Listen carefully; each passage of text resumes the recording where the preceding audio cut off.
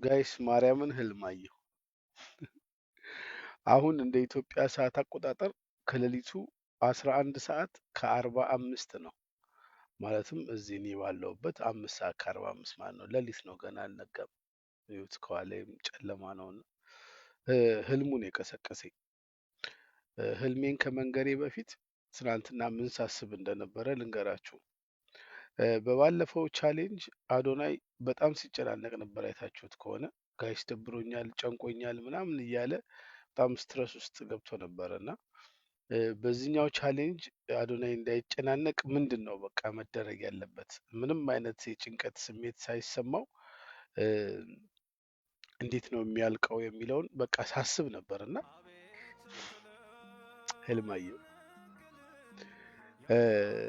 ማርያምን የምሬን ነው። ህልም አይነገርም ግን እነግራቸዋለሁ። አንድ ትልቅ ሰው ኢትዮጵያ ውስጥ ትልቅ ድርጅት ያላቸው በኤስ ጀምሮ በኤን የሚጨርስ እሳቸው ለአዶናይ እየደውሉና የዘማሪ ገብረ ዮሐንስን ቤት እኔ ነኝ የምሰጠው እና ሲወጣና ሲወርድ እንዳያስቸግረው መሬት የያዘ ቤት ነው ብለው ቁልፉን ለአዶናይ ይሰጡታል። እሱ አይደለም እኔ የገረመኝ፣ የኛ እኔና እናንተ ማለት ነው ሰላማዊ ሰልፍ እንወጣለን። ኢትስ ኖት ፌር ብለን ሰላማዊ ሰልፍ ሁላችንም ከመገናኛ ጀምሮ እስከ ሲኤምሲ ድረስ ይመስለኛል የምንጓዘው እና መፈክር ይዘናል። እንደዚህ መፈክሩ ምን ይላል መሰላችሁ? ተደብቀው የሚሰበስቡት በረከት አንሶት የእኛን በረከት ጠቅለው መውሰድ አይችሉም ይላል መፈክሩ። እኛንን ራሳችን ማድረግ ያለብንና እንዴት ጥቅልል አድርጎ አንድ ሰው ይህን ሁሉ በረከት ይወስዳል የሚል ተቃውሞ ሰልፍ ነው የወጣ ነው። አይገርም? በመሰረቱ በረከታችሁን ውሰዱ ማለት በረከት ማለት እንደዚህ ነው። ለሰው ስትሰጥ ነው በረከትን ወሰድክ የሚባለው እንጂ ለአሸዋና ለሲሚንቶ ለብሎኬት አይደለም። ሰው ሲደሰት እግዚአብሔር ይደሰታል። ሰው ሲከፋው ሲያዝን እግዚአብሔር ያዝናል ብዬ ነው የማምነው። እና ሰው ለሰው ሲሆን ነው በረከት የሚባለው፣ ኢንዲቪዥዋል ማለት ነው። እና እንቀውጠዋለን። የኔ ህልም እንደ አበሻ ህልም ቀሚስ የተቀደደ በህልሜ ስትል አይ ትዳርሽ ሊፈርስ ነው፣ ዛፍ ሲወድቅ አየው ሲባል ባልሽ ሊሞት ነው ምናምን አይነት እንደዚህ አይነት ህልም አይደለም የኔ ህልም። የኔ ህልም ስትሬት ፎርወርድ ነው። በቃ እንደዚህ ነው ያየሁት አይደለ? በቃ እንደዚህ ነው የሚሆነው እና በረከታችንን አንድ ሰው ጠቅሎ ሊወስደው ነው ልላችሁ ነው። ኦርቶዶክሶች አዝኛለሁ። ያዘንኩባችሁን ነገር ቆርጣችሁ አደርሱ። ያዘንኩት ምንድን ነው? አንድ አይነ ስውር ዘማሪ ያለ በጣም የታወቀ ኦርቶዶክስ 70 ሚሊዮን የምትሞላ ነው። ይህን የመሰለ ዘማሪ ስንት ነገር መድረስ ያለበትን እንደው መኪና እንኳን አትገዙ።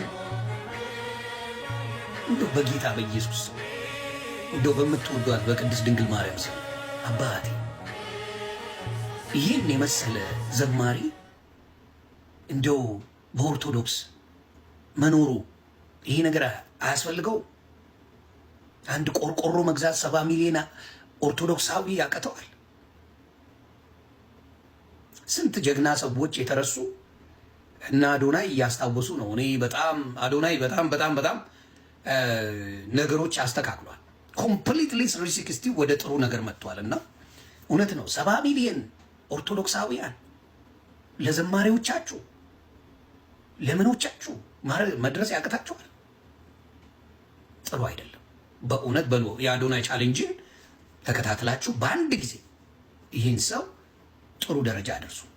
የመዝሙር ቤት እንዲከፍት አድርጉት። መዝሙር ቤት የኦርቶዶክስ ዘማሪያንን በደንብ አድርጋችሁ አግዙ። ዘፋኝ ከምታግዙ የኦርቶዶክስ ዘማሪያንን አግዙ። ሰሞኑን ጸብ ተጀምሯል። እየሰማችሁ ነው። የኦርቶዶክስ ልጆች ልጅ ማይክ ቴዲዮ እያላችሁ እቃቃ ጀምራችኋል። እቃቃ ልጅ ማይክ ቴዲዮ የቴዲዮ አጋዥ ነኝ የልጅ ማይክ አጋዥ ነኝ እያላችሁ እቃቃ ጀምራችኋል። እሱን ተውና ለእናንተ የሚጠቅመውን ለሃይማኖታችሁ ከጎን ቆሙላት። ቴዲዮም ሆነ ልጅ ማይክ ገንዘቡን እንጂ እናንተን ዞር ብለው አይሆን። እውነቱን ነው የምነግራቸው። ከጭቡቲያቸው ከቢዝነሳቸው ውጪ እናንተን አይሰቧችሁ። ይሄ ግን በረከታችሁ ነው፣ የኦርቶዶክስ በረከት ነው ይሰው። ስለዚህ አይነ ስውር ወንድማችን አዶናይ የሚያደርገው ነገርን ተከታትላችሁ ያንን ነገር ቶሎ ብላችሁ የሚደንቅ ስራ ሰው ኦርቶዶክስ አስደምሙ። ይህንን ነገር አድርጉ። የጴንጤ ስራዎቻችሁ እየከሸፈ ነው። በነገራችን ላይ አዶናይን እዛ መጽሐፍ ሊያስመርቅ ሄዶ እናደርገዋለን ጴንጤ ብላችሁ ስትሉ ጭራሽ የኦርቶዶክስ ዘማሪን መኪና አስገዛለሁ አላችሁ። አይዟችሁ፣ ውሃ እየጠጣችሁ